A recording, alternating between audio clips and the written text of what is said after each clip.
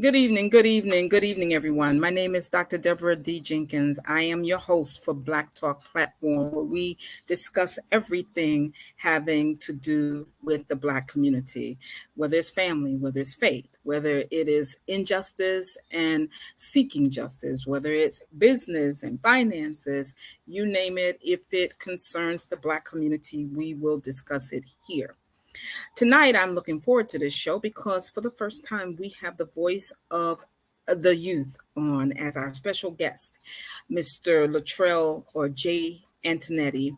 He will be with me shortly, but let me say this ahead of time. I am waiting for him to join me, but we are having a storm here in New York City. And if you have the cable service, the internet service that I have, it is always unstable during a storm. And so we may have some difficulties tonight, but let's see what we can get accomplished. Anywho, hey, Reverend. Hey, hey, hey. Yes, it's so important to bring young people into the conversation. They are often left out on the periphery and without many choices in what we decide for them. And when I say we, I don't mean myself as an individual. I mean those generations that are older, the decision makers, the people in charge, the leaders of note. And that's one of the reasons why I really love what the National Action Network is doing under the leadership of Reverend Al Sharpton, but specifically his daughter, Ashley Sharpton, who co founded with her sister the Youth Huddle. I believe I'm correct in that.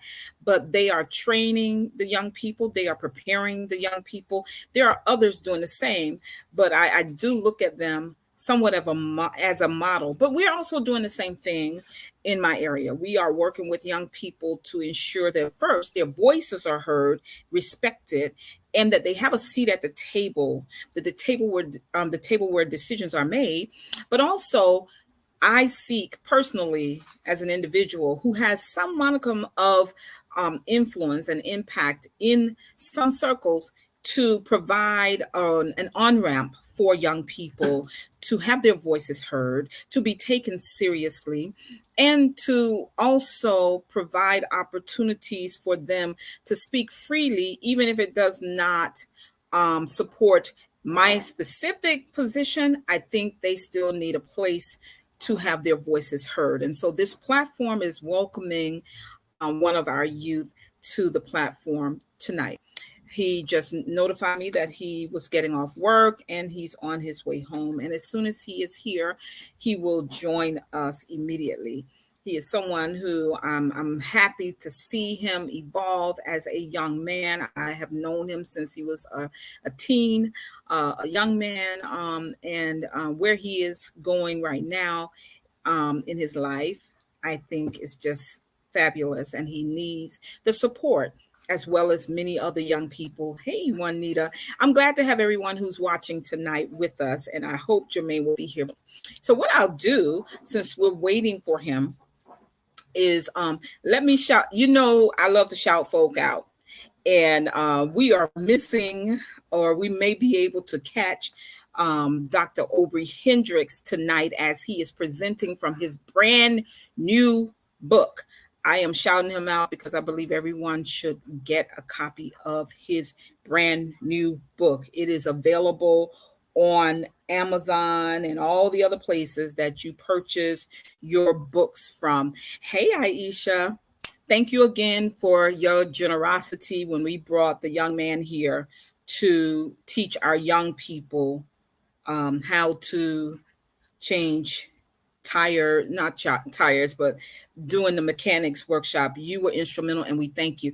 Hey, Miss Pat, I'm glad to see everybody. Anyway, I was talking about Dr. Hendricks' book. Dr. Aubrey Hendricks' book is called Christians, How Right-Wing Evangelists, no, it reads Christians against Christianity, how right-wing and evangelicals are destroying our nation and our faith. I think I got my copy yesterday. I haven't begun to read it, but I think it's going to stir a lot of conversation, and I'm looking forward to reading it. He is someone I've looked to over the years for his insights. And so I'm just doing a plug for him. I'm not being paid. He has no idea. But I do encourage you all to get that book. Hey, Leah, I'm glad you got away. I know you've been itching to get away, and I'm so happy to see that you are having a great time. I'm also happy to be able to interact with you all while we wait for Jermaine to come here. And I thank you all for joining to support him tonight. Thank you, thank you, thank you. If there are any hot button issues you all want to discuss while we're waiting for him, just drop it in the comments and we can definitely do that. I have another announcement for any young people out there. Let me get my email out. I'm developing a new partnership to work with young people. Hey, Deacon Sanja, at Strive. If you're in New York, you might be familiar with Strive. They've been doing great work for many years. I've worked with them in the past when I worked in secular employment to help people who are formerly incarcerated or just trying to rebuild their lives, get jobs. They have a fabulous training that begins next week. I'm going to find the email so I can share it with you. Hey, Tony, you and Leah, you two met each other up here and you are both down in the Sunshine State. I don't know how close you are to each other, but I'm so happy to have you both tuning in from the Sunshine State of Florida. Let me find this information about Strive. Hold on 1 minute. I need to share this. And if they have orientation tomorrow. Yep. Let me tell you about this training. Let me tell you.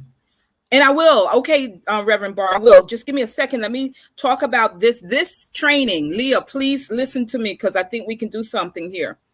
They are doing an intro to AG Tech training for young people ages 18 to 30 who are out of school or underemployed, or underemployed in New York City. They'll be learning about the intersections of agriculture, technology, and construction. The minimum requirement is that they have a high school diploma. During this 11-week training, participants assist in designing and building a local smart farm using advanced farming methods. And in addition to hands-on training, they will provide in-depth career development, including support writing their resumes, mock interviews with their partners, employer partner network, and a work readiness assessment to qualify participants for their readiness in various positions. They will also match participants with a 3 to 6 month paid internship. Please look for the flyer later on my wall. I meant to say this earlier, but if you have people, you can go directly. You don't have to go through me. I know, Leah, we need to partner together to get them. He's already partnering with me, but let's see what we can do when you get back and talk about a little bit more for our young people up here and in District 12 altogether. So those announcements were great. Reverend Barbara, she wanted me to talk about the Sable Network. So to my surprise, I thank you all who tuned in last week for my special announcement on Thursday about the pre-launch or the expectation for the launch of the Sable Network TV. And to my surprise, yesterday, I went into the development area and I saw that I had 3 subscribers. God bless you for believing in what I'm trying to do. The site is not live yet. It's still in beta. So what I want is for you all to be patient with me as I get the event together. And I'll have it posted next week for July 28th. Praying that many of you will join me. I will be calling people. I've been picking up the phone, and my sister Juanita knows I don't like to talk, but I think it's important enough for me to touch bases with you all and ask people to come on in the room and support July 28th. I have a couple of people that I'm asking to join me in addition to the the other content creators. So please just listen up for, keep watching my page for more announcements. But I have started an Instagram page for it. If we are connected on Instagram, or even if we are not, please go and join the @Sable Network TV page on Instagram for me to support what we're trying to do. Thank you so much. Now, Jermaine has been in the back room for a few minutes. I'm going to bring him on. I'm so excited to have the voice of the youth on tonight. Welcome, welcome, welcome, Jermaine. Everybody, ooh. Hi, everyone. Can you hear me?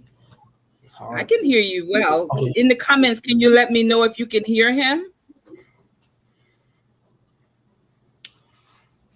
I think they may be able to, but I don't see yet, but I can hear you. I hear you. How are you? And welcome. I'm okay. Got caught in the rain, but it's okay. Oh, yeah, when you call me, I see it's clearing up out there now. They said they can hear you, Jermaine. Rain is good. Rain is good. Yeah. It's all right. It's always good. It waters our plants. Yeah. Welcome, Jermaine. Thank you so much for welcoming me. I really feel welcome being here. Thank you so much, Dr. Jenkins. You are very, very welcome. I'm so excited to have you on. You know, I try to affirm you and other young people all the time within the community and even beyond. So this is your night. This is your night to talk to us about who do you. I know. I need it. I'm sorry. It's okay. This is your night. It's not the K9's night, right? I got the little this is not for them. Okay. So, you tell me about the button later. Yeah, tell us all about you. So thank you, Reverend Jenkins. It's an honor to be here. I actually on the Black Talk platform.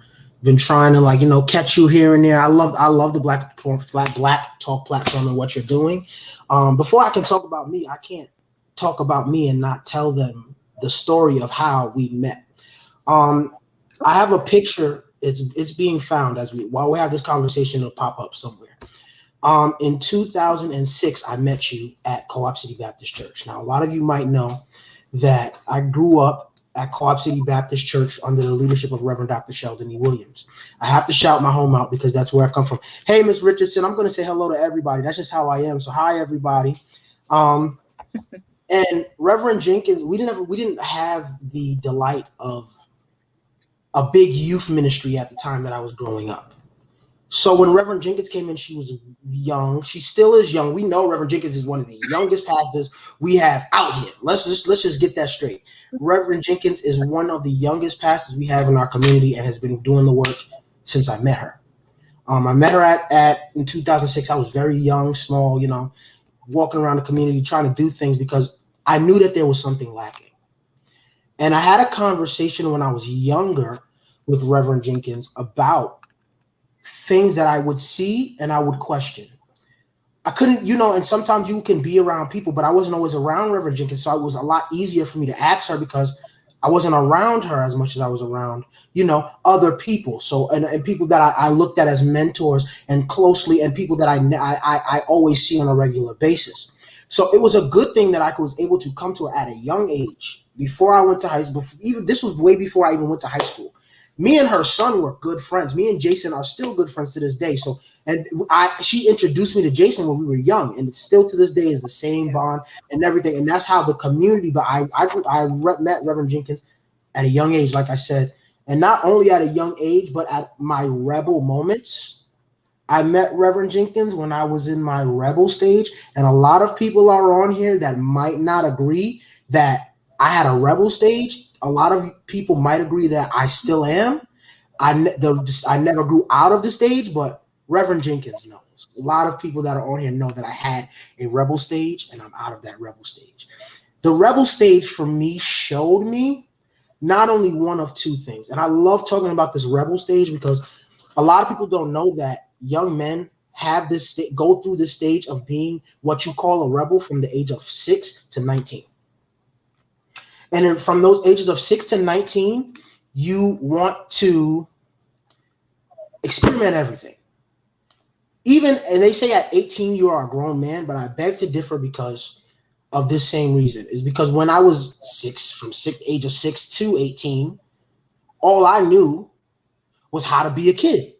And we can go to school and learn all of these type of things, but when you are a child, you are going to act like a child. If you are an adult, you are going to act like an adult. So not until I turned 19 is when I realized I couldn't do half of the stuff that I was doing. I couldn't run with half of the people that I was doing. And this just leads into my story. I was always into something, right? I was always into some type of a program, sports team. My parents weren't playing that. So like my grandparents, long story short, I grew up with my grandparents. My parents were not really in my life like that. And I'm proud to say that I love them. I know they're watching.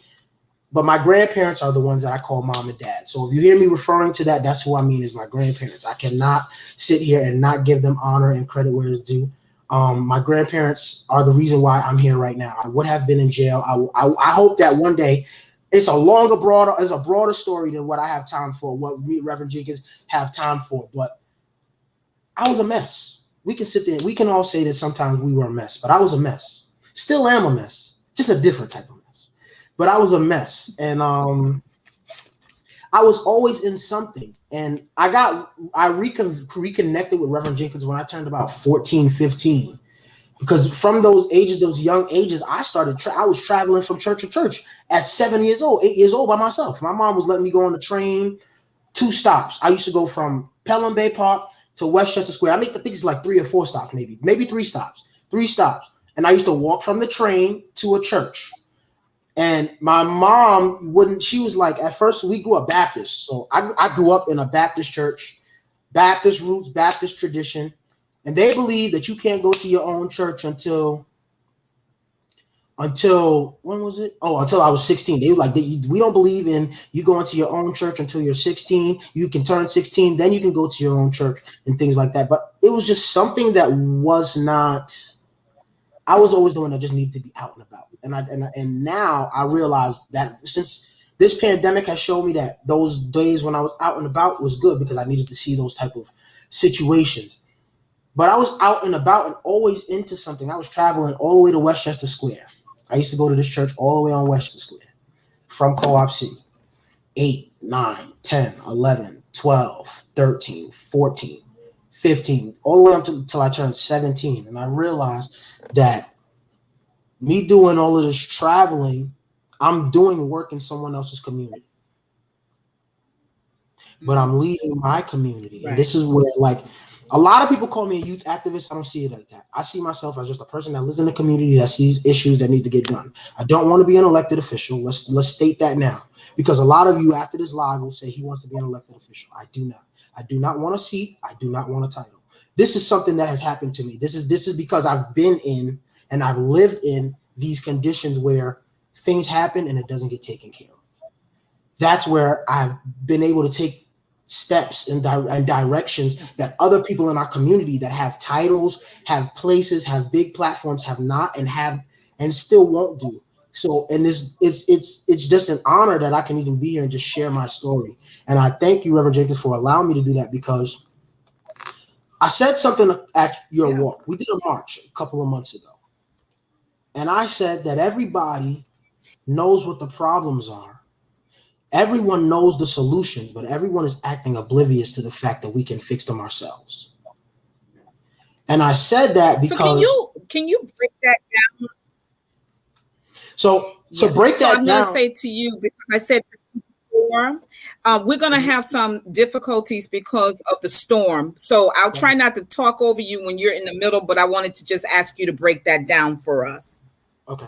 So what I mean by breaking that down is, well, I'll break it down by saying this, is we all have what we call a mind, right? We all can see if the police are not responding to something. I'll give you a scenario. So say Johnny hangs out with these 4 group of guys and they're just hanging out, but they're hanging out in a place where it's in their community. Other people are hanging out. They're just a different type of people. They're younger. Johnny and his friends have do-rags on.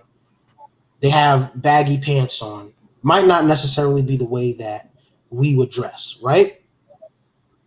Right. Um, we know that they're not bothering anybody, right? But Mm-hmm. everybody else is doing what they're Right. doing. Everyone else is doing what they're doing, and everyone else can do what they're doing, but someone will complain, and those same four young boys, Johnny and his friends, will get in trouble. But we sit there and scream, leave them alone, leave the young people alone. But we're the ones that's complaining when these young people do things. We're the ones that are complaining when the cops are doing unjust, but we're also the ones that are letting them do it.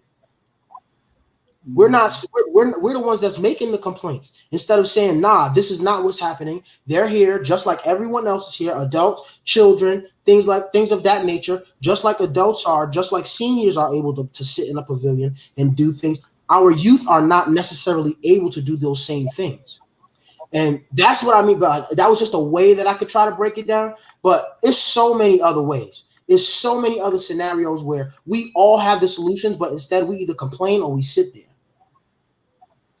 And complaining and sitting there is the same thing because you can sit there or you can complain that it's not getting done, or you make the complaint, or you sit there and do nothing while things are happening. So the solutions to Right. those things, Reverend Jenkins, right, would be what people call the Yeah. police for, right? Would be what those people say we need in the community. I've had conversations with many community leaders, many people that are in our community that says, "Oh, why don't they do this? Or why don't they do that? Or why don't you guys introduce this?" But once they say it the first time, you never hear it again. So those are the solutions we have. We have the solutions, but people only want to say it, and people only bring up their solutions when there might be, number one, a camera around, when there might be a large vast majority of people around, when you can call me. And that was what I said, don't tell me you want to meet with me two-faced and then I don't never see you again. I don't never hear from you again. Yeah. Or the young people, don't tell our young people, just like it would be a suggestion not to tell young people that you want to take them somewhere and meet them somewhere and do things with them, and you never do it. Right. So those are the solutions. We have the solutions. It's just about going about them. No, I think you touch on some really critical issues that we need to address. But like you spoke to Miss Richardson, I have to give props to those, at least in our community, who are putting their money where their mouth is, and she is one of them. Leah Richardson, and Leslie Peterson. I believe Anika Green, is that right?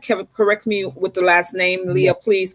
Um, and I also think Akeisha Neely, really, who yes. is a leader, and leadership is not always elected, right? Like what you were saying before. You just want to see the work get done. And Yeah. I have to say, and this is not a horn tooting moment, but I want to say in support of what he's saying, if young people are not invited to the table, and the only thing that we as older people can do is call the authorities on them when they are doing the same thing. If I'm incorrect as to what I just heard you say, correct me. But if we older people are calling the authorities on your age group of people, or even younger, for doing the exact same thing that some of us are doing, then there's a real problem. It's more than just having a solution. The problem is how we see our young people. You know, if do we see them as a threat? Do we see you as a threat? Do we see you in a way that we didn't see ourselves when the same or similar things were happening to us? And so what we've done is just perpetuated the same type of treatment that we did not like for ourselves on to you and generations coming behind you. I think that we do absolutely have the solutions. We have to be willing to work those solutions. So can you tell me, like, are there any like major issues that transcend our local community that you hear, because you travel a lot, and so you're around a lot of young people, not just those up here. And as you say, you've been traveling to churches throughout the city, New York City, for a while now. Are there any common issues, like top 3 issues that young people ages, what did I put up there on the post, 15 to 24, but we can extend it to a little older if you like, that are hot button issues that you believe should be addressed? Well, that's the perfect way to start this conversation. Number one, and the biggest thing that I stand on and have been standing on for years and will keep on standing on is the lack of youth centers and youth programs within our communities. Our Black and brown communities have way more senior programs. I love you seniors. I have nothing against you seniors, but you seniors, it's 2021 and you guys don't advocate for our young people.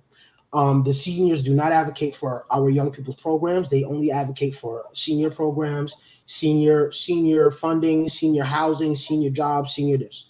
I have spoken to a number of young people that are either homeless, they're in the LGBT community, they are recovering addicts. I've spoken to a plethora of pregnant single mothers. I've actually asked one of my friends. Her name is Kertisha. Her name she is a pregnant mother now, and she's been having problems with trying to find housing within New York City alone. The problem is that with these youth centers and programs, we don't see the larger need until it's gone. A lot of our youth programs are either brought in temporarily or not even temporarily. Majority of our youth programs are either temporary or brought in with low funding all from the gate. So if they're brought in with low funding, it means that things that we need, these young people are asking for, cannot get done. And to piggyback off of that, it's a lot of things that our young people ask for that never get done. But give me an example. A youth center for a youth center that is solely for young people of the Bronx. Let's not even say the 12th district, because I'm going to get to the 12th district, but the Bronx, right? Solely the Bronx does not have a place for young men and women.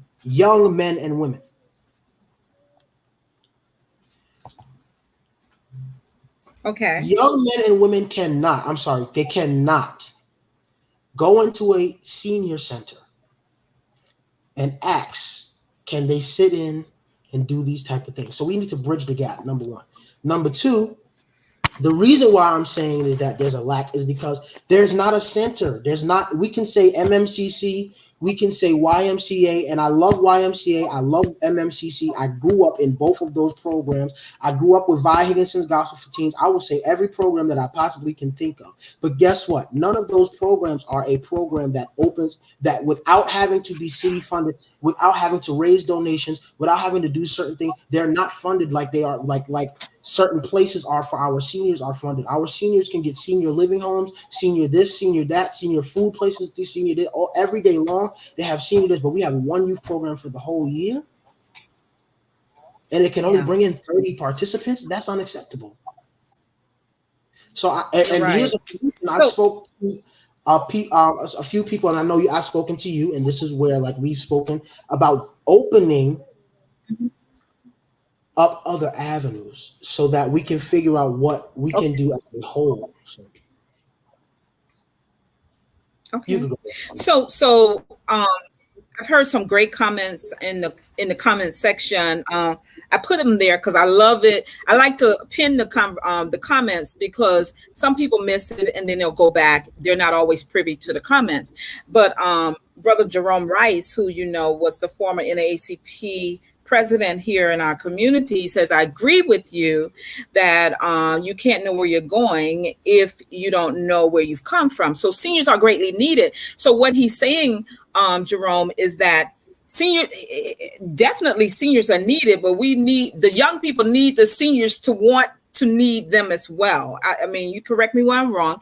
And then Juanita said, Deacon Juanita, just for your purposes, but Juanita said, folks make the mistakes and we don't give second chances or see the needs that this youth have. And you're right. And then, of course, Leah commented that not only is there a funding issue, there's also a lack of volunteers that are willing to advocate and work with our young people. That's a big deal right there. That is a big deal, because we will, like you said, we'll put temporary programs together for any and everybody else, and sometimes for young people. But to get sustainable volunteers to do work, to do fundraising for young people and their needs, I think it is a huge challenge. It's a huge challenge, but I'm glad you brought that up. Let me see. I got some more comments to share with you, and you can definitely respond to any of them.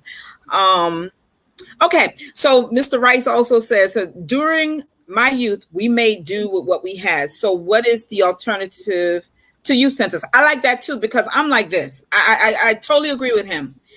With all the stuff going on with the voting rights and all that stuff, there needs to be a fight to oppose it. But in the meantime and in between time, what do we do? And that's my mindset too, Jermaine. What can we do while we're waiting for young people to be taken seriously, to be given the space like our seniors are given? I always say we have the two spectrums. We have our young people and we have our seniors. Both groups can easily be ignored, but it is our responsibility to not ignore them.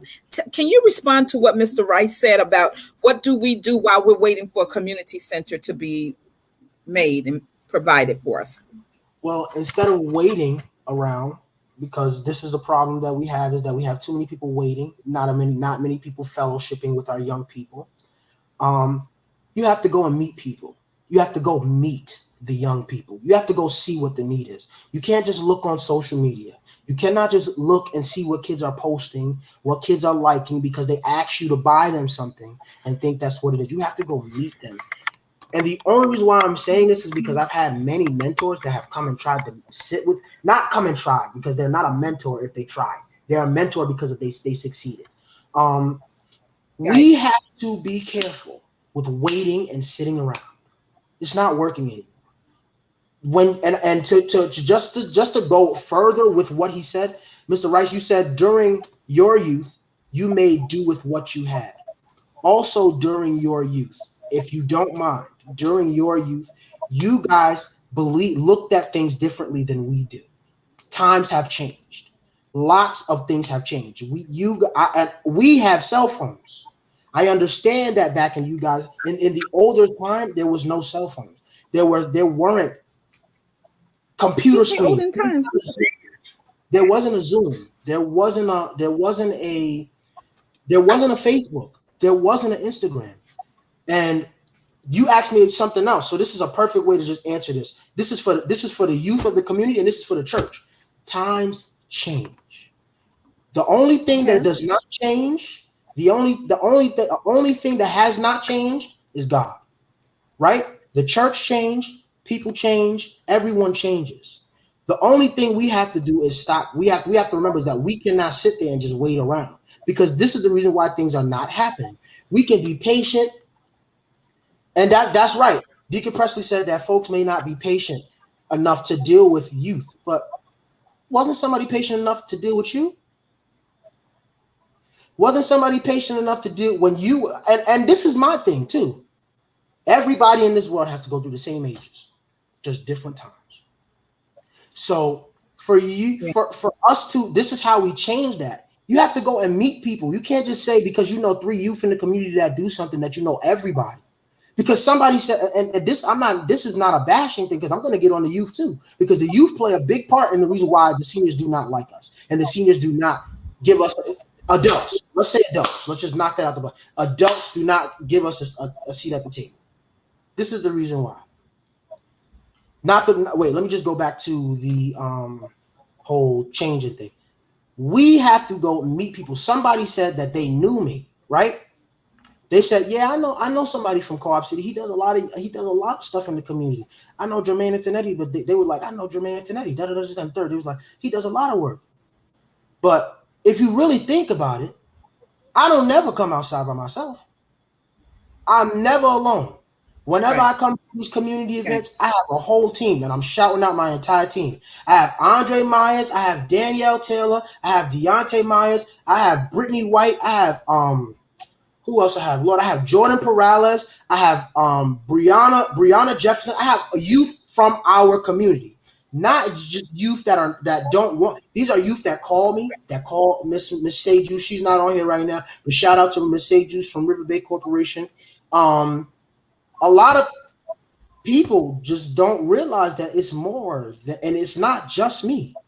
You can use my name and throw my name around and around, but you don't speak to me. You don't come and meet the youth that do things in your community, especially when we were in a pandemic, Reverend Jenkins, and I know that you can attest to this. I was outside every food giveaway. My crew was outside feeding seniors, parents, adults, children, homeless people every single week for 3 days straight a week, out of the week, 3 days out of the week. We weren't getting paid. We weren't offered big salaries to do that. We weren't offered titles. We came out there because we said, look, this is what's going to happen. It's a need. We need to feed people. People are going to start seeing a lack in food. Let's go out there and do it together. And that's what we did. We were able to feed 25,000 meals from the beginning of the pandemic to this weekend. Let me give you the actual date. To the last food giveaway that we did was Tuesday, June 8th. That was the last food giveaway. We were able to feed 25,000 meals. But people will say they never seen us. They never heard about us. But you know why they never heard about us? Because they never came. They've never said, hey, who are youth in the community? And I can't say that. No one's ever said that. So you're right. Go ahead, Reverend Jenkins. Yeah, no, you actually, and that's why I wanted to give you this time, because I don't know if people understand that there is a lot of frustration, not just from Jermaine, but from our young people. Let me give an example of something. The skateboard kids, I call them the skateboard kids. They're not necessarily under 18, but they're like a little group. They're a subgroup, right, of the greater, larger group of young people. And I know I'm an anomaly to what he's talking about. In other words, when you see me and Leah and I, we will interact all the time with the young people. So we're more of an anomaly based on what Jermaine is saying to everyone. He's saying that people will say, oh yeah, Jermaine does this or Jermaine does that, but he's absolutely right. Jermaine doesn't roll alone. He just doesn't. In fact, our church was doing some COVID testing last week in Section 5. I was unavailable to assist my son who leads that project. Who did I call? I called Jermaine. I said, Jermaine, do you have anyone who can help distribute the food? He does those type of things. So while I know Andre and his brother were the ones he sent to help my son, Jermaine, you still have to be comfortable with being a youth activist. You have to be comfortable with being a youth leader. That's why people know your name. Like Miss Michelle, she has an assistant, Miss Leandra. Am I right? Correct. But when we think about who does and produces the programs for the community in Co-op City, we think Miss Michelle. It's not to disparage Miss Leandra. It's just that she is the leader of community relations. So that is something that you have to become comfortable with. I'm just saying that as an aside. And so when people mention your name, it's because someone else has perhaps mentioned your name. And I think as leaders, we all go through that. Mr. Rice, when he was the NACP president, Miss Leah worked alongside him.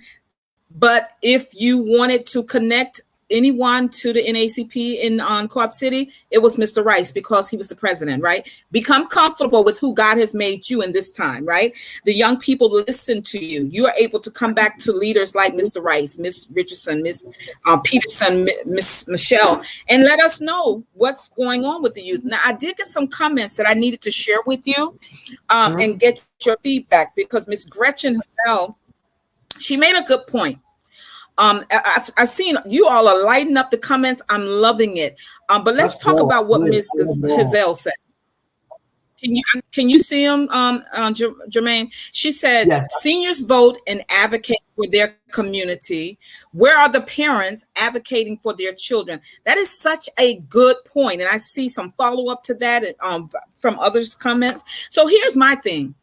Because if you're under 18, you cannot vote. Young people's voices are often drowned out. And so what happens is, for parents, me being a parent, we advocate for those things that help us to take care of our kids, if that makes any sense, Miss Gretchen.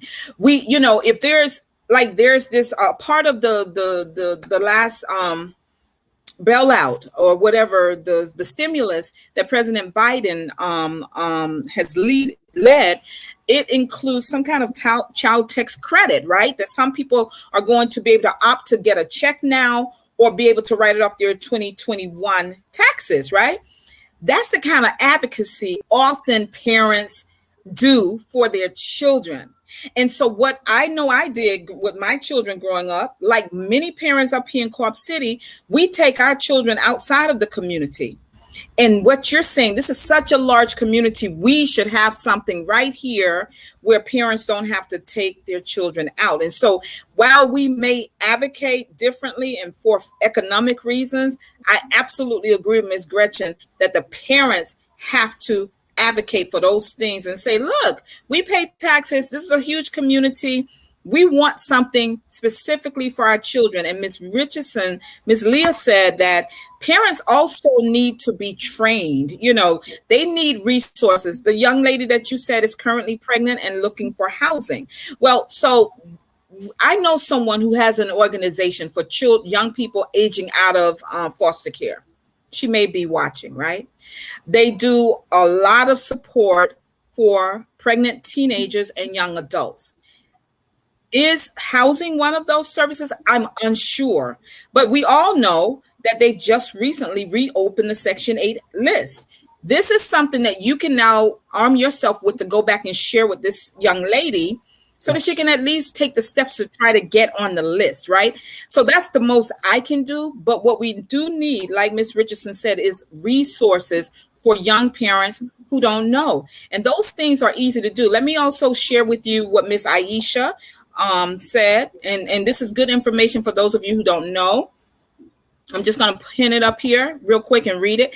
DYCD in New York City, the Department of Youth and Community Development, is in charge of all the funding in the city of New York as it relates to young people. She says the problem is elected officials must send representatives to participate. That's such a good point, Aisha. Let's talk soon, okay? DYCD partners with major corporations like Google, Amazon, Nike, Adidas, and others that hire and provide youth training workshops. Let me just say something about my friend Aisha. Aisha is a political operative in the city of New York. That's something that I didn't know. And I've been funded by, our church has been funded rather, by elected officials, city elected officials in the past, but I didn't know that second part. She said that they have to send representatives to participate. That's some information new to me and perhaps to others. That's the kind of information that we need. And I'm sure you know some of that, if not all of that, Jermaine. So what it is, it sounds to me, and you all can correct me. Wait, let me see what Miss Leah is asking you, Jermaine. She's saying, Jermaine, do you speak at the schools in our community? Maybe you can speak at the schools in the community so that people will know more about you and your concerns. Excellent, Leah. You can respond to that, please. Okay, I'm gonna respond to that with one statement. I'm just gonna leave it at this. I went to every school in Co-op City. I promise you. I've been kicked out of every school in Co-op City. I graduated from schools that weren't even in Co-op City. Let's just be straight up. I would love to speak to schools in Co-op City, but I was kicked out, and they didn't want to. Like, it's not that they didn't want to. They didn't want to take the time to get to know who I was. And now that where I'm at, now at the position that I'm at, I think that the schools would be better off. Our schools in our community in Co-op City, I can speak for myself. the schools in our community can just see what I'm doing, because you kicked me out at a point, and I have no problem, because I've been dealing with that same question, because some of the same teachers that we make sure get hired and keep their job tell our kids, and this can go into how do we tell the parents to support their kids. Start going to the school when your kids tell you that when your kids tell you that the teachers tell them that they're never going to be something. I've heard numerous times from teachers in this community at schools that I went to, each school that I went to in Co-op City, that told me I was never going to be something. And to this day, I serve as the community relations liaison for Councilmember Kevin C. Riley in the 12th District. You cannot tell me that words do not hurt someone and either make them somebody or break them. Words either make you or they break you. And it makes no sense for us to keep going into these schools and sending people like myself into these schools, and these schools don't even want to be a part of the community. These schools are in Co-op City, but these schools don't even reach out to the youth community, the youth groups, and the organizations that we have in our community. So that what I get when I'm talking like that, please don't take it like I'm yelling. It's just I'm very passionate about the things that happen and the things that we grow up seeing. And our kids, you don't even know, but some of your kids right now, this school year, have probably been told that they will never be something, or they're not going to make it, or they'll be flipping burgers at a McDonald's. I heard that years. I've heard that. And I wish Mr. Ronald Hartridge was here, because Mr. Hartridge was one of the only teachers, one of the only parent coordinators that told them, do not kick him out of my school, because there's something about this kid that you're going to need one day. And I will never forget that I was in 4th grade and Mr. Hartridge said, do not kick him out of the school. And they would not, they tried with everything they could to kick me out of the school in the 4th grade. Mr. Hartridge said, do not do it, because you're going to see. And all of the teachers was like, no, there's something wrong with him. It's not that. All he talks about is being in church. All he wants to do is do music. He doesn't want to do any work. And you're correct. That's all I wanted to do, because I didn't know anything else. I didn't know anything else. I know it's your passion, and yes, we're going to shout out Mr. Ronald Hartridge, the parent coordinator at PS 153, one of the better schools up here in Co-op City. And he is a straight advocate, not only for the children, but for the parents. He, to me, is somewhat of a demonstration project for the rest of the schools here. I will even say for the city, because the work that he has done with his fatherhood, I call it a ministry, it's a service, with his fatherhood program is transformative. There have been many studies that show when a father is involved with his child's education, teachers respect them more and children's results are better. It is a long-standing principle within education. So yes, big ups to Mr. Hartridge. But guess what? Miss Leah said there seems to be communications problems, but we have to fix it. She's right. So having you saying all of this, we are proud. First of all, let me just say, I personally, but many of the people watching are so proud of you. I love your transparency. And let me tell you, people can put their mouth on you. But if you are God's son, like I know you are, we all have bumps and bruises in this life. I don't know a perfect person on this earth or whoever walked the earth other than our Savior Jesus, right? For me, this is for me, because I'm a believer, follower of Christ. People can put their mouths on you, but those same people will be the ones that God uses to have you come and speak to the young people and to the parents. So be encouraged. Even if there was a teacher who said you were going to be flipping burgers, personally, I don't see anything wrong with someone working at McDonald's. But if that is what they're saying to you because you'll never do anything else, then we know the reasoning behind that. I don't care what their ethnicity was. Sometimes people kill the spirits of young people, and that's what you're talking about. But we are here to encourage you, and I think that was a really great question. And so however I can help you to make inroads in these schools. We were just together over at what is the name of the new charter school? Diddy School over there? Bronx Charter School. What's Bronx the name? Charter School. Is it Bronx Charter School? I forgot what it's called. Bronx. No. Oh, sorry, no. Mr. Brown. Brown, if you're watching this, Mr. Miss, Brown, woo, give yeah, us. Principal Brown. Woo. Yeah, what's the name of that school, please? But yeah, we're gonna, and then brother Errol over here in 160 Equality School. Yes, these are people who are willing to listen to you. And then of course we have elected officials who are care about our young people too. And Miss Richardson says she'd like to help too. And so this is what we want to do. We want to build an advocacy group.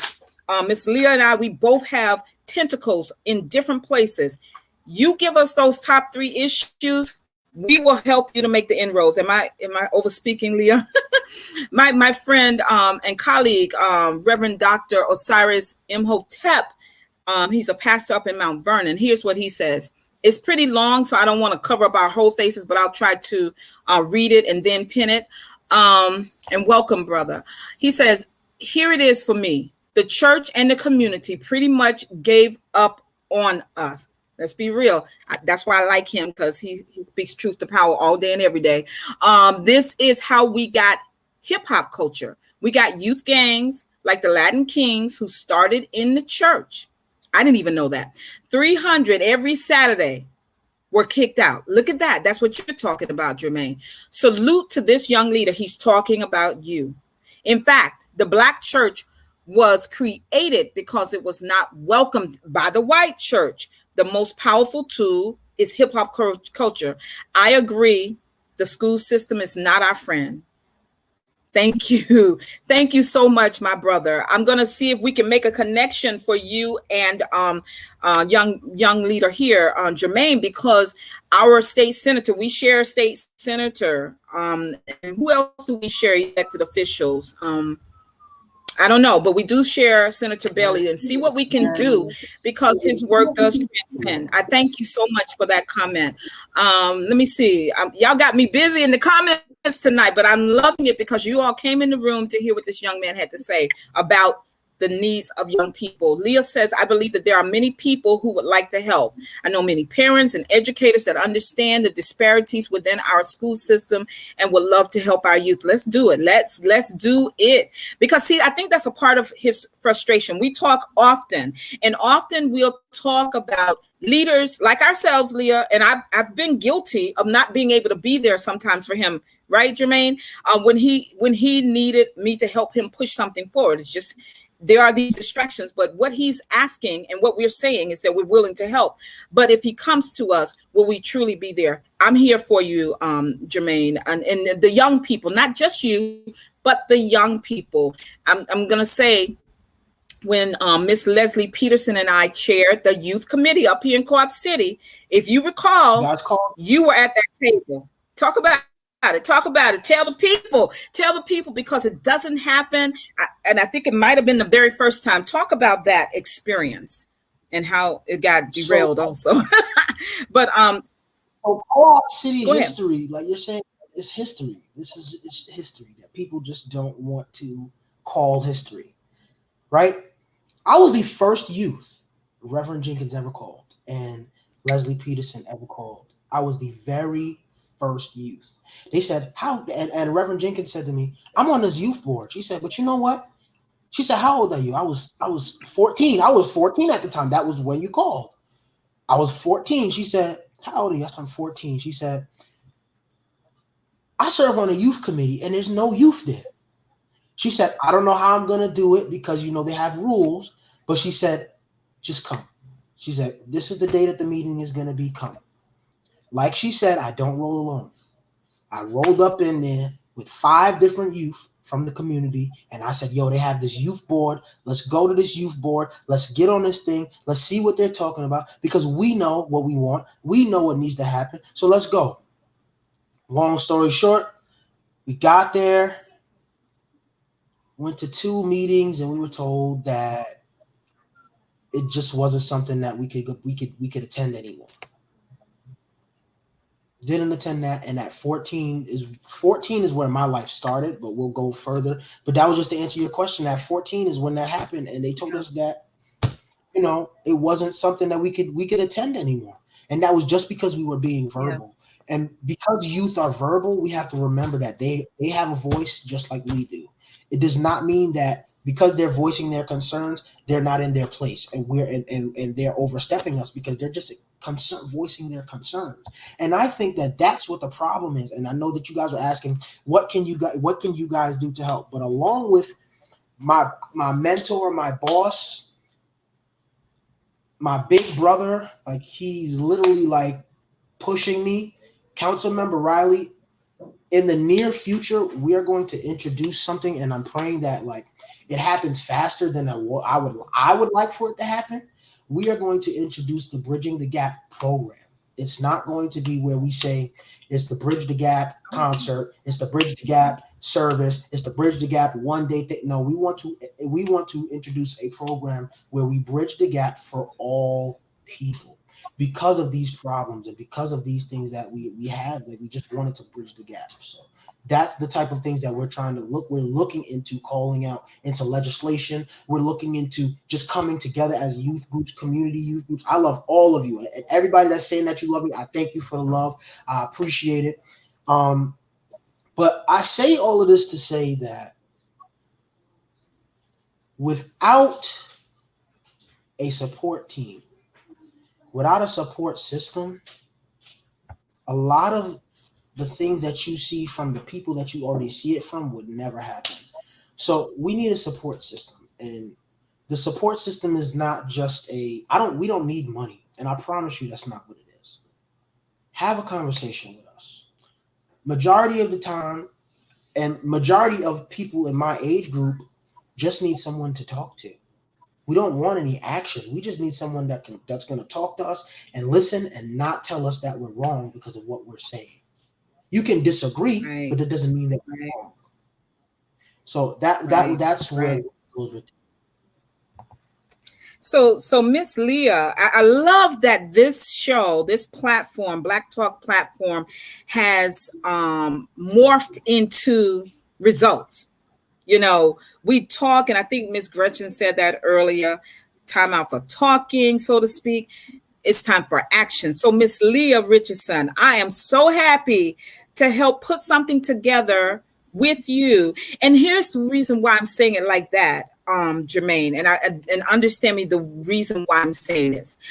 My philosophy is those of us like Miss Richardson and any other established people, we can help fuel what you all are trying to do as younger people.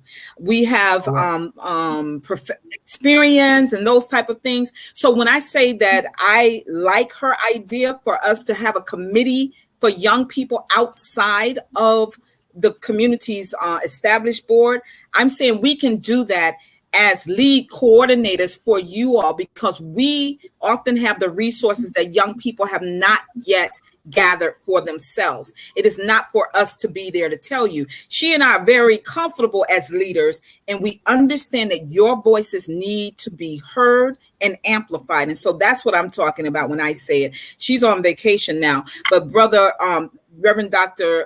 Imhotep said he is also interested. Aisha put in there our shared electives, and it's our Congressman Jamal Bowman, who we need to bring into this as well.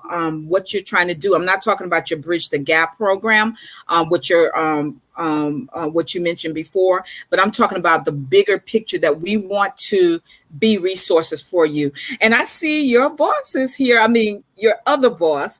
What is she saying? Hey, Simone. That's the top dog. That's the top dog. That is the top. Let's shout out. She said to me, yes, let me shout her out. She said, don't mess this up. She said, don't mess it up. But look, this is the chief of staff for our city councilman, Kevin Riley, Miss Simone Jones. I am so proud of her because she is a young Black woman also doing a lot of work, and I love it. And she is your boss. She's saying we are truly proud of you. Keep pushing and leading the youth in our community the best way you possibly can and bridging the gap. Remember, your community is behind you. The 12th is behind you. I love it. It's beautiful. Thank you for that encouragement to him and to the young people. I think that it's going to be okay. He's put his email address in the comments, everyone. um, you know, please take it down. Let me see. I'm trying to see what Miss Gretchen said. Wouldn't Bridge the Gap do that with I don't know. I don't know what so I don't know. I I can think what she's asking is would Bridge the Gap do what Miss Leah and I are saying? All I think basically what Leah and I are saying is we're here to help. It's not that we are necessarily going to form an official organization, but we are here as resources. Leah, jump in where I may be speaking for you, and that's not what you're saying. I don't, I'm going to follow. If they're doing a Bridge the Gap program, Miss Gretchen, I will support that, what they're doing on behalf of the entire 12th district and perhaps even further. But what we do need is something for up here that will help to amplify the voices of our young people. And I'm going to say this too, not just the young people doing good stuff like Jermaine. That's the thing. We like to throw our young people away. And that's what Dr. Imhotep was saying. We get thrown away. And then when we get thrown away, guess what? We form our own little groups and we eventually call them gangs. It's easy. It's easy to work with those who are already motivated. Let's get those who are not as motivated, don't have the same type of support systems as a Jermaine has and as a Brittany has, and all the other ones that whose names we hear. Let's work with those as well. That's where the real work comes in. We do, Leah. We have to start somewhere. Miss Gretchen is asking you what 3 things would you want? That's great. Yeah, what before I get to Miss Gretchen, I have to say hello to Minister Shabaka because Minister Shabaka is one of my close preacher friends. I've known her for some time. Haven't seen her in a while because of this pandemic, but she is very, very close to my heart as well as Reverend Jenkins. If there's 2 women pastors that are close to my heart, is Reverend Dr. Jenkins and Minister Shabaka. So I just had to say hello because I seen you come on here, and I'm saying hi. I don't have my hair anymore. I know I look a lot different. I don't have my hair, but hi. Thank you for joining. Hold on a minute. One minute, because I was about to say hi to her too, but she has just been ordained, so she's no longer minister. I don't know why she won't turn loose minister. She is now Reverend Shabaka. So we are so godly proud of you, Rev Shabaka. Okay, Lorraine, we have to get used to that new moniker. Okay, you are Reverend Lorraine Shabaka. Okay, so we're proud of you and happy to have you here. She does a lot of great things too, everybody. She is actually building a school or hospital in, is it Ghana? Tell me where it is. Tell me where. No, it's in South Africa, right? You can drop it in there. We amplify everybody's voice. Miss Reverend Karen Dickey says, I would love to see young activists, advocates for young people with mental health challenges and not having enough of the right resources. Excellent, because this is major. Our young people are suffering. And you mentioned before the ostracized, marginalized groups. And that's also for adults, but that's a great thing. So go on, Jermaine. We're drawing near the end. We could do this for a much longer time. And what we'll do is bring him back, perhaps after they get that Bridge the Gap up, or once he and Miss Leah and I meet. It is in Ghana. Thank you. It is an elementary school that they are building because that community has no school. Beautiful. God bless you, Reverend Shabaka. Go on, Jermaine. Tell us now these 3 things or what you were going to say.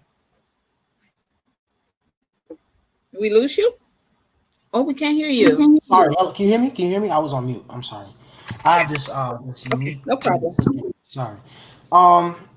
3 things. I want to see the youth get respected just like the elderly, and our older people want to be respected. Number 1. Okay. We say that respect is given. You're supposed to give respect to get respect, but it's not necessarily saying that. And I grew up in a era where adults would just say, "Bridge the gap." Oh, that's my mom, everybody. And my mom just walking by. People would just say, "Oh," people would just say, "You Sorry. You, what was the word? I was looking for a big word. I'm sorry, forget the big words. People will sit there and tell us all these types of things that we need. And matter of fact, we can just scratch all of that. The three things that I want to see is respect. Number one, I'll give it to you straight up. We don't respect each other. The youth don't respect the adults, and the adults don't respect the youth. Let's start there. Number two, I would like to see more young men being taken into account. And I appreciate Reverend Jenkins for this. She brought in King a couple of weeks ago, and I got to learn. I got to learn for myself how a brake pad is to be changed. You know, that should be things that we are teaching our young men. We have a lot of programs that are even centered to young women, but there are not a lot of programs centered to young men. And that's number two. Number three, because I know we were supposed to talk about Sha'Carri Richardson, and I really do before we end this. The third thing that I would love to see, just something that I would love to see, is I would love to see more hands-on with the youth in the community. Not just in hands-on by doing events, but I want to see our youth working in these stores in our own community. In Co-op City, we have all of these stores. There's no reason why each and every single store is not at least owned, ran, managed, worked in, stocked by people in the Co-op City community or the 12th district. And I have to shout out Councilmember Riley because he started this program. We have already started. We just haven't picked a name to it. We've been taking young people in our district that want to do a trade, and we're taking them to wherever the trade may be so they can learn. So for instance, our first participant was Andre. Andre is a young boy. He lives in the Section 5 section of Co-op City. And my hair is not cut right now. But majority of the time, my hair was being cut by a 15-year-old boy. You would have not have known that unless I told you. He's now 16. But I was letting a young person in the community that had a skill do what he wants to do when he gets older. So shout out to Councilmember Riley because Councilmember Riley said to me, "Yo, who's cutting your hair?" And I said, "Dre." So Councilmember Riley called up one of his friends that owns a barbershop, right? And he said, "Hey, I have this young kid here. He can cut hair almost as if he has a license. Can you sit with him?" Now to this day, Andre has a second source of something to do when he is not in school, when he is not doing his academic work. Now he has somewhere to go where he can pick up a trade and make some money on the side, because now we took him to a small business that is willing to give back. And a lot of the times our businesses and our small businesses don't want to give back. But we talk about what our large businesses don't do for our Black and brown community. But our own small businesses that we allow to come here, we put so much money in, doesn't give back either. You don't have to give back by giving food or giving money. Give back by taking the time out to teaching someone that is younger than you the same craft. But you know where we messed up, Reverend Jenkins? We messed up when we don't want to show anybody what we know. And I have to shout out, I'm shouting out a lot of people, but I have to shout out this one person. You're right. His name is Spencer. This is my brother. Like I'm the oldest boy in my family. I don't have any older brothers, but I have older spiritual brothers and older spiritual sisters. But this person, he legit does not let me fall by the wayside when it comes to that. He will not let me just sit there and think that it's one way and not the other. We have to think and see it from all aspects. We have to look at things from outside. We have to look at the things from the inside and then change things and then be able to like I said earlier, bridge the gap, create a bridge the gap program. But we can't even do that and we're not holding hands. And the only reason why I brought up my brother is because he's a musician. Like I am, I'm a musician. And in the church, and I can say this because there's a lot of preachers on here, there's a lot of people from the church on here that know musicians and preachers go hand in hand, but they are not the same. What do I mean? They don't like showing younger people what to do. I grew up in a church where I really wanted to play the organ. I knew when I was younger. They just bought me drums. I became a good drummer and all of that just to play the drum. I didn't want to play. Now I play piano. Everybody knows everywhere you go, you're going to see me playing piano. I'm not playing drum. You can't catch me. You can't catch me on the drum set now. I'm too old. It's too tiring, right? But when I was younger, they used to not let me sit on the organ. They wouldn't let me sit close to the organ because they used to say, "Oh, you have to get old enough to do that." Can I ask a question? What age am I supposed to be old enough to play the organ? What age is it that we can say we're gonna put our children we're gonna put our children in the places that we won't be one day? That's what the Bridge the Gap program is. The Bridge the Gap program is not about a business innuendo or any of that. The Bridge the Gap program is let us put young people where we will not be one day. I will not always be a community relations liaison. I will not always be a musician. But what I can do is show somebody else how to do it. But the reason why the Black and brown community fails is because we don't sharpen iron like iron is supposed to sharpen iron, like Mr. Williams said. That's the problem. We don't sharpen each other. We don't at all. And then we complain. And then there are some people that will maybe even watch this live later on that will say, "Oh, you know what? He's right. Let's do it." But they do the exact same thing that we're talking about right now. So we also have to remember that it's not about a business plan.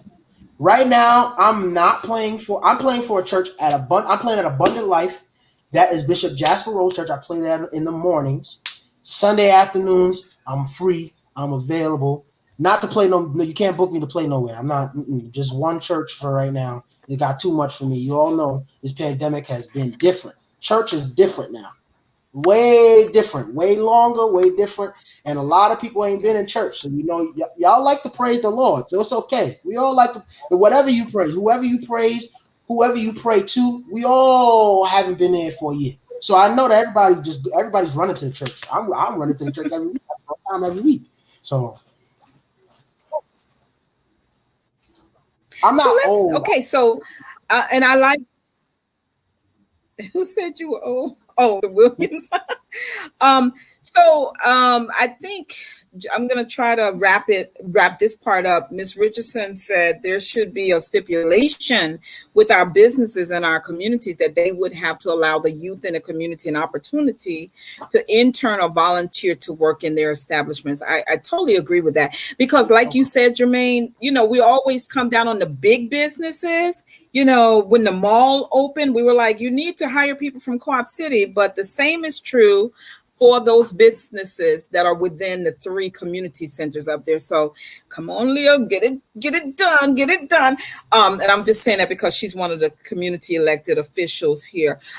So Ms. Gretchen asked, what were the solutions that you would propose? And for sake of time, I'm not going to ask him to go through that, but we do want you to start thinking about that.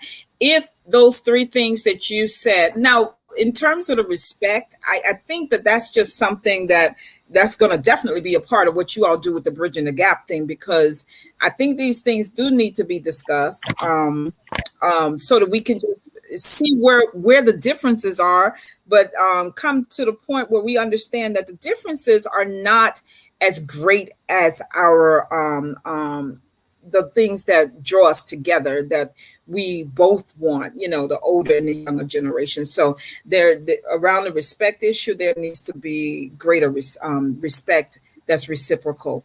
And for those other issues, we definitely will invite you back so that we can see how things are going with you all developing this program, what Miss Leah Richardson and I and others who may want to help us to help amplify your voices here in the community and do some things in connection with the Bridge the Gap. We're saying that we're here to help. And we want to. We're not just blowing smoke, but you certainly have to call on us. Jesus, and I quote this so often to my children and anybody who will listen, Jesus says to be as shrewd as a serpent and gentle as a dove. Sometimes you might need somebody else to go and get an open door for you. You get the let somebody else go and arrange the meeting, and then they'll see you, someone that they wrote off, coming through the door along with that person, and they know they don't have to deal with you after all, in your new capacity. Now, just to sort of end this out, what has been a controversy for no good reason, if you ask me. No good reason. Sha'Carri Richardson, the fastest woman in the world. A few weeks ago, when she qualified for the Olympics, I think in the 100-yard dash, everyone, and when I say everyone, everybody, I'm not talking universally, but quite frankly, everyone was singing her praises, singing her praises, and even quoting her. And what few knew at the time is that when she ran into the stage, into those stands, after her win, her qualifying win, she ran into the bleachers, up into the stands to give her grandmother, just to fall at her grandmother's lap, like so many of us are accustomed to doing, either with our grandmother or mother, because she had just recently lost her mom, and the ugly way she found out was from a reporter. That's some hard stuff for a 21-year-old. I'm the mother of a 21-year-old, and it's hard dealing with loss. It's hard trying to be a 21-year-old, and I feel like so many who are much older than 21, Jermaine, have forgotten what it was like to be 21, but they weren't the fastest woman in the world. And so fast forward, and the other day, she smoked pot legally because she was in a state where pot is legal. But she did it knowing, I guess, that, I have to do a qualifying drug test. And she failed it because the substance was seen in her urine. And let me be very clear.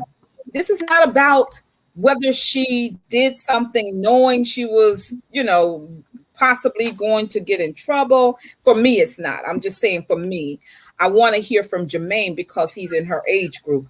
But it's not about, she knew the rules, for me. And I think we have to be so careful being dismissive of young people who are struggling just like the rest of us, who are just trying to start out in their lives, making grown-up decisions. If you remember when you were 21, you knew you weren't that grown. You were not that grown. You needed people around you. And so this young lady is dealing with the loss of her mother. And parenthetically, let me say, she does not want sympathy nor empathy. She has taken full responsibility for what she's done. For me, though, Jermaine, I was so disappointed, and mostly from people in the church, for the criticism, the harsh criticism that they passed on to her without very much compassion. Would you share with us your thoughts, about this whole situation? And she won't. Yes, that was breaking news, Miss Gretchen. She won't be participating. She will not be going to the Olympics. She was not chosen. That just came through just before we came on. So go, Jermaine. It's heartbreaking. Number one, it's heartbreaking knowing that in the middle of an interview, you can get news about your mother passing away, or you can get news that you've won the lottery, all in an interview of you doing something successful. We all understand, and let's be clear here. Weed is a recreational drug.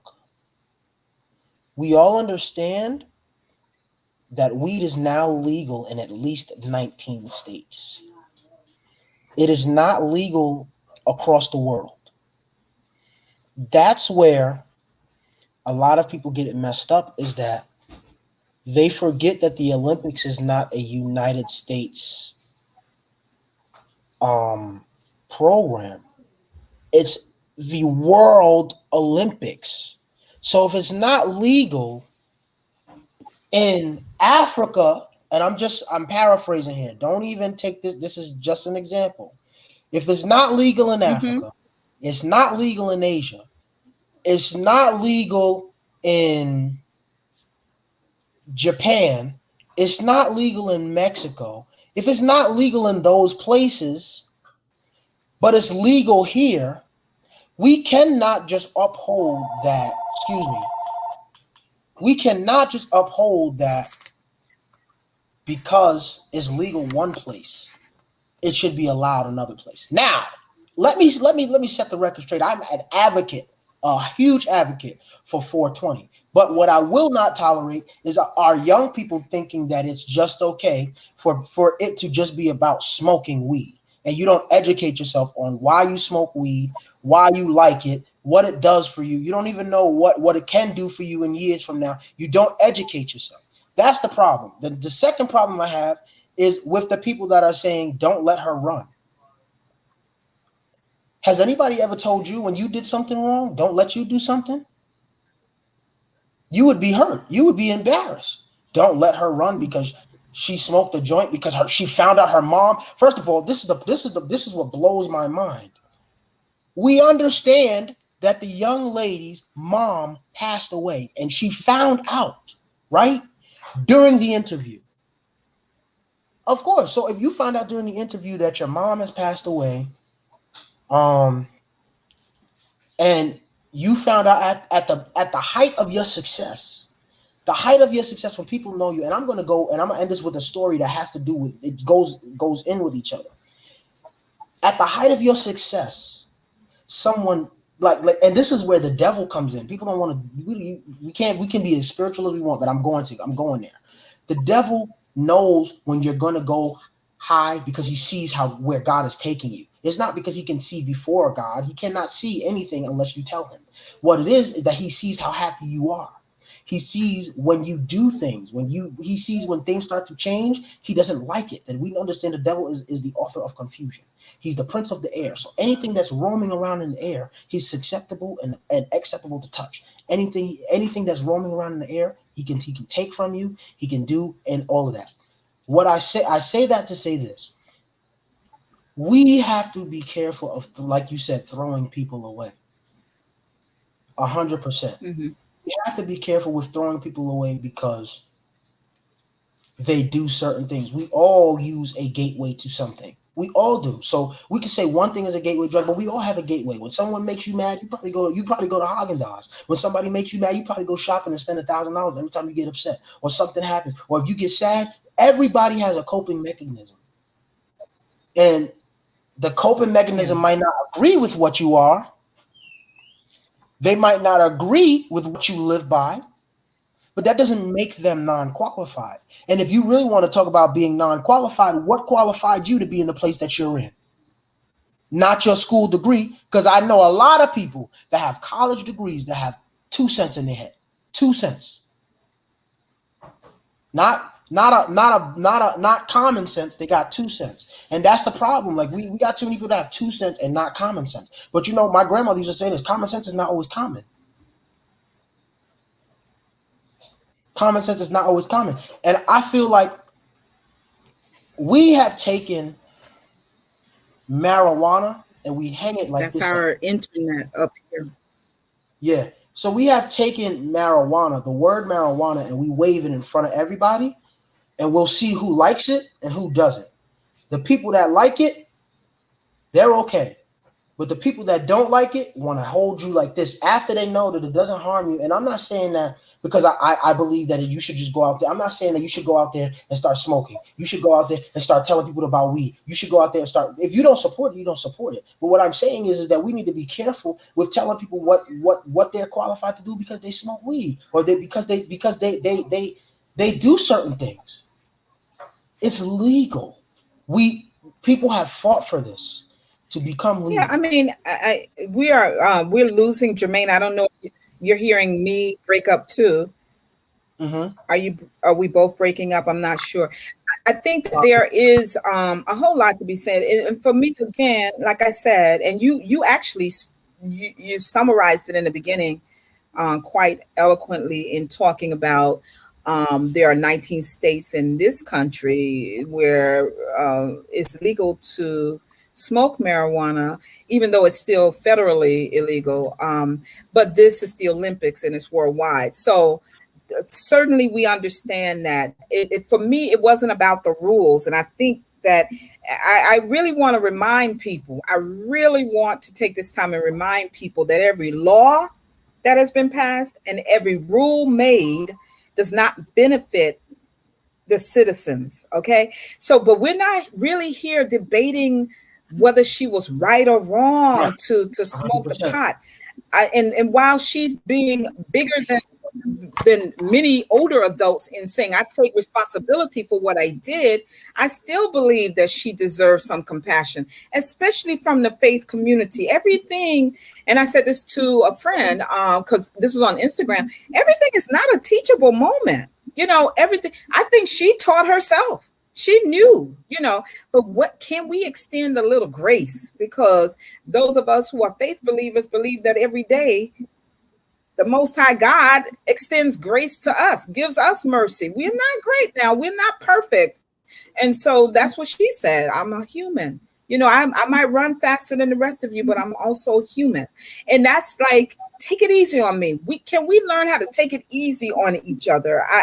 For me, I need to give people space to mess up, because I don't know when I'm going to need that same space to mess up, but I do hope that there'll be someone there who's willing to give me space to mess up, so that I'll have, as we say in the church, a new testimony written on my heart that I can share with someone else to let them know about the goodness of the Lord. And that's really all I'm saying. And I'm glad that you're seeing it like that, Jermaine. We have to educate. I've never used drugs. I've just never used drugs, not even pot. I've never used any drugs, but I am not saying I'm better than anyone who ever has. How about that? I am not better than anyone who ever has. And Ms. Gretchen reminded us that they say this is a gateway drug. And it may be. It may be for those who don't, like you said, Jermaine, educate themselves about the use of marijuana. Personally, I'm more concerned about the injustice around the use of marijuana. Yes. But that's a whole nother story. That's a whole story, a whole nother show, because there are a whole lot of brothers and sisters in jail. And I do mean Black and Latino, because we already know that Caucasians don't receive the same type of sentences. And so there's an injustice around marijuana use in particular, and also around crack. So, but we're not, it's just a whole nother discussion, but I do appreciate your input tonight, because you're not giving passes about recreational use. I think that also has to be responsible, regardless of what state you're in. And like you said, Jermaine, knowing why you're doing it. So, and serving 3 strikes, you're out under the Rockefeller laws. Come through, Reverend Shabaka. You're absolutely right. So those are the type of things that I was thinking about as well, But listen, this has been an excellent conversation with you. We love your passion. You have the support of those of us who were here tonight. We will invite you back once you and the councilman on your team get this Bridge the Gap program up and running. We want to hear about it, and however we can do, whatever we can do to help. But certainly reach out to me and Miss Leah Richardson. We're already saying you have us as those who will support you, and others. And I'm going to reach out to my friend Aisha to see what we need to do about getting these sponsorships and whatever, so that we can bring more services into our community from these major corporations. But we're gonna, I don't have my guest scheduled for next week. I'm still in communications with someone with their scheduler, and I'm hopeful to have that person next week. And so I will let you all know on Friday. But I'm so happy to have had you here tonight. And Mr. Hartridge did make it in. Yes, Mr. Hartridge just made it in, and we shouted you out at the top of the hour, Mr. Hartridge. We're going to give Jermaine the last word, and Jermaine, after you finish, we'll see each other in the green room. Good night, everybody. Jermaine? So I just want to say thank you for everyone for joining and staying on. Can you guys hear me? Can you guys hear me? I want to say thank you to everyone for staying I'm good. on. Thank you for joining. Um, I have a deep love for young people, and I have a deep love for my community where I grew up in. I wasn't able to tell my story, but that will come. My story will really come by learning, and a lot of people see my story by my works. Um, Also, I just want to let you guys. If you guys, and I always lead with everybody doing some type of a task. This week, go and meet someone, a young person, and tell that young person to tell them to let you talk. Let them talk. Even if it be 5 minutes, say, I got 5 minutes. I just want to hear what's on your mind. So that's the type of things that like this week try to do. Like see what's on our young people's minds. See what's on a young person's mind in the community. Ask them how they're doing. Take them to get a slice of pizza. If you see the cops, the police bothering them, say stop the police. Have a conversation with the police and the youth. You don't have to, I'm not asking you to start screaming and all of that, but have a conversation with some of these people. We need to start having the conversations with some of these officers that think that it's okay to just come in our communities and just wreak havoc. So and that's just all I'm asking that you guys take whatever I've said and in love. I hope that nobody was offended. I hope that you all were able to just gain some type of understanding. I've gained a lot of understanding. What I'm going to do tomorrow when I get into work is take everybody's comments and I'm going to frame them and we're going to work on what we can as soon as possible. Like it's going to go out as soon as possible because there's a need. And I appreciate all of you being here to understanding some of the need. It's not all of the need, but understanding some of the need helps us in a little way because if each person takes one seed and plants it 6 feet apart and they water it and we all water it at the same time, at least 10 of those seeds have the possibility of growing. So with that, I'm just saying let's plant the seed. Even if the seed might not be as beautiful as it might feel empty, let's plant the seed anyways because we'll only be able to tell what's going on and what needs to happen if we plant the seed. So plant the seed, see the need, and grow, and that's all we can do. Awesome. Awesome. Thank you so much. Thank you very much. Good night, everybody. Night, everyone.